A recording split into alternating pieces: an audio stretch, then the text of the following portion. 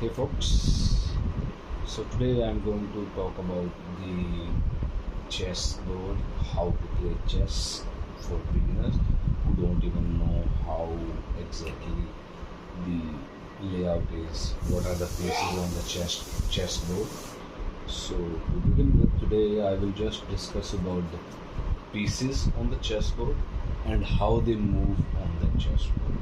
So as you can see, there is a board and I have labeled this with different numbers and alphabets, but let's not just go into this, just focus on the pieces. You can see this is one versus one game, so it has similar pieces on both the sides. One is for the white side and one is for the black side. And let me just turn this to the white side, because remember, white always starts first, right? And to begin with, let's start with the pieces. What all pieces are there on the board? So if you look over here in the front, there are 8 pieces. If you notice 1, 2, 3, 4, 5, 6, 7, 8. These are the 8 pieces.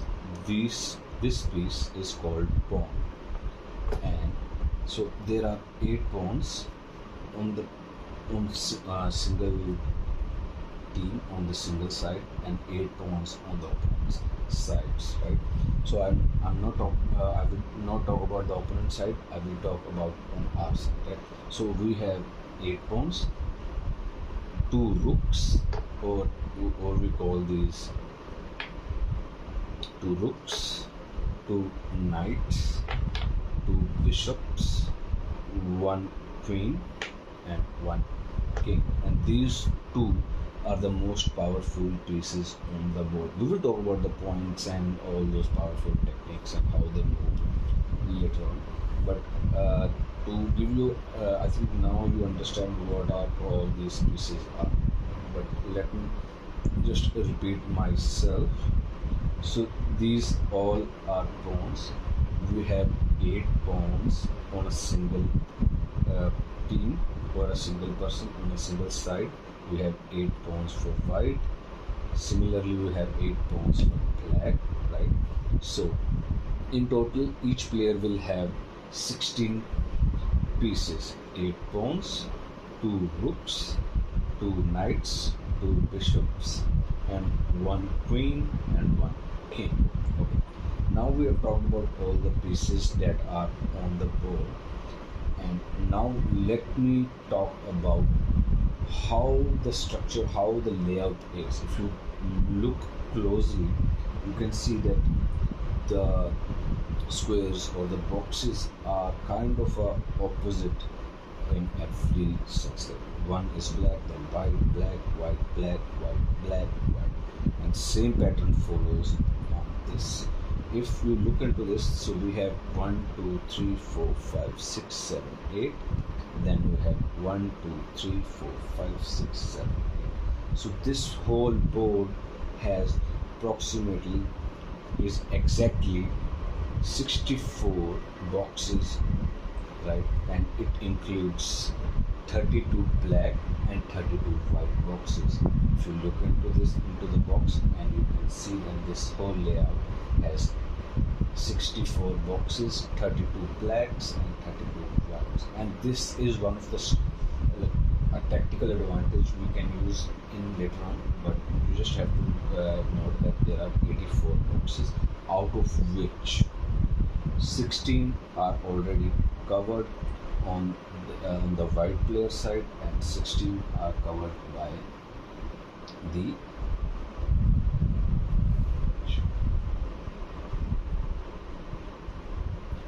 black player, right? Then 16 are left on this side, 16 are left for the white side. So almost like 32 are already covered and 32 are empty side. So now let's talk about the movement. So pawn can move one direction only, in the forward direction, this direction.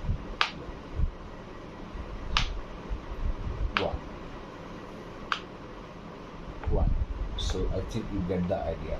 And then let me first remove or to give you more idea on this, so we are clear about the pawn. They can only move in forward direction, right? You can see if they are on black box, they will always move to the white box. If the box is white, they will always move to the black box. So they can only move one move forward, right? And there is a catch for this pawn. You just have to figure out, once this is the starting position, and when you are starting on the starting position for the pawn, you can move to one and two. Only on the starting position. Let's assume that we moved the pawn from over here to him on the first move. Now I cannot move to this 1, 2. No, I can only move to this box, black box. Okay. So now let's just remove all the pawns from the board, because I got an idea about all the pawns. Now let's talk about the rooks. So rooks can move any number of boxes vertically or horizontally. So to give you more perspective on this, let's go. They can move here, they can move here, they can move anywhere in the whole board. And then they can move anywhere in the horizontal direction as well, right? And same goes with this rook. So we have two rooks, remember that. Now let's remove these two rooks, because we've got to understand now. Now let's talk about the knight. So this knight can move 2.5 squares. How does this work?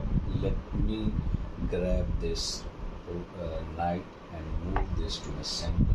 Just ignore my this thing. Now imagine that you want to move 2.5, and it can move in any direction, in horizontal or vertical direction, right? Either this way or this way, either this way or this way, right? So let's try to move our knight 2.5 squares.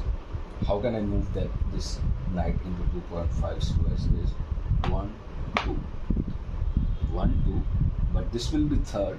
I won't be going third, but I will move to this. So this is 2.5.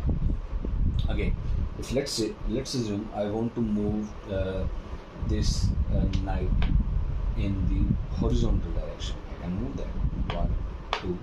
Now this will be the third one, but I won't be able to do that because knights can move in 2.5. So I have to move back. I have the option to move forward, right? Let's do that again. 1, 2, and third. 1, 2, and half. 1, 2, and half. 1, 2, and half. This is vertical direction. Let's go horizontal. 1, 2, and half. 1, 2, and half.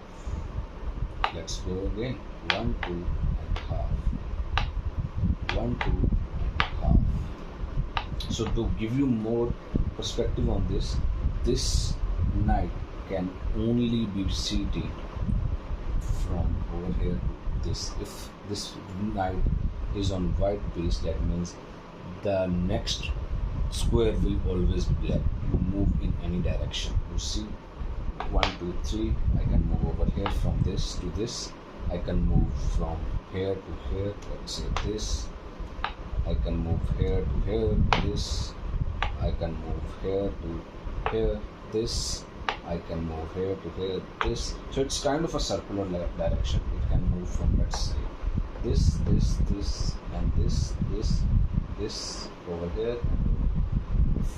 If you see that it's a circular direction, this can move on to the black pieces, right, from this white piece. Now I'm going to remove all these two knights. Now talk about the bishop. So bishop can move diagonally, only diagonally. So that's why we have two pieces always. You see that. If you see this is for white and this is for black, right? So diagonally they can move on the black pieces diagonally. If you see that black pieces, all the diagonal black pieces, right? It can move here, here. Alright. This is the white bishop on the white squares. So this can move this way or this diagonally. Right now, I think we got the idea of this. So let's remove these bishops. Now we only got queen and king. Let's start with the queen. So queen can move any number of squares, in any direction, diagonally, vertically, horizontally. There is no limitation for the queen to move. So to give you more idea on this, it can go this way, it can go this way, it can go this way, right? It can go this way. Queen can move diagonally, vertically, horizontally, in any direction. So I can relate to that. So queen is kind of a combination of, if I talk about pawn, rooks, and bishops. Knight, because knight is kind of a, it's 2.5 square move, so it's not a combination of knight, but it's definitely a combination of rook and bishop and pawn, because pawn can move one square, so it can move one square. Rooks can also move one square, but the whole horizontal line. So that means queen can move anywhere in this horizontal or vertical direction. So rooks can also do that, right? And bishops can move diagonally. Same. Queen can also move diagonally over here, over here. So there is no limitation to the movement of the queen. Now, this queen is the most powerful in the terms of movement, but actually the king is the most powerful, because if the king is taken out, the whole game is finished. So these two are the most powerful pieces on the board. But the thing is, now we have understood how the queen moves, so I'm going to take it off the board. Now let's talk about the king. So king is kind of move in any direction, but only one square at a time. So to give you an idea on this, so it's the king is the mixture of queen and pawn, because pawn can move one square at a time and queen can move in any direction. So it's kind of inherited from these two pieces on the board. So that means king can move in diagonal direction and king can move in vertical direction and horizontal direction. So it has no limitation on the which direction it can go, but it has only limitation that it can move one square at a time. So that's all, folks, and let me rearrange and try to recap all the things we have done. So we have 8 pawns, 1, 2, 3, 4, 5, 6, 7, 8 pawns, and they can move in forward direction one square at a time. And there is a catch, there is a condition: they can move 2 squares only when they are at their starting position. So that means I can move this pawn from this to this square once, but if they are on the starting position. Let's say I've moved, this is my first move, and I've moved the pawn one square, but now I want to move the pawn to the 2 squares in the second time. I cannot do that. So you have to remember that. Okay, these are pawns. Now let's talk about the rooks. So rooks can move in horizontal direction and vertical direction. There is no limitation of 1 square or 2 squares, right? So it's just that they can move in horizontal or vertical direction. There is no limitation of how much squares they can move. Now let's talk about the rooks. I'm taking taking it back to the board, so they can move 2.5 squares on the board, and they will always be on the opposite square color. Remember that. So 1, 2, 2.5. So you see, it started with the white but ended with the black. And if we talk about the other knight, it started with the black but it will end with the white. So knights, you can say that they move in a circular. They can move in a circular rotation. If you see that, they can move in this direction. You have a lot of options. You have to be very tactical about how to move these knights. Now comes the bishops. One on black square, one on white square. They can move diagonally like this, and they cannot jump. So you have to remember that only knight can jump a piece. Like a knight can come over here, but bishops or any other piece cannot jump a square or a piece. Like let's say if there is a pawn over here, that means I cannot move. To move my bishop, I have to have a clear path. That means a clear path. There is no obstacle, right? But knight can move there. 1, 2, 3. I can move knight with obstacle as well, right?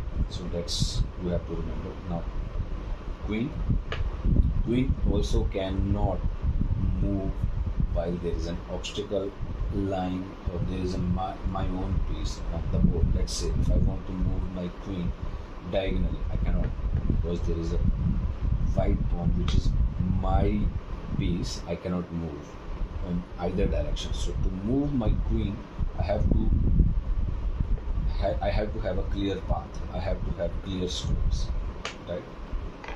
Let's move to the king. King can only move one square at a time in any direction. It also needs a clear path. That means it can only move if there is no place. That means king cannot move on this board right now because there is no clear path. To move the king, I'll have to have a clear path. That means now I only have one option to move the king, and that is this. I hope this was a learning video, and in the upcoming video we will talk about how these pieces are based on points. Like there is a point system, and we will talk about how to win the game, how you win the game. There is point system, and there is one which is very famous, checkmate system.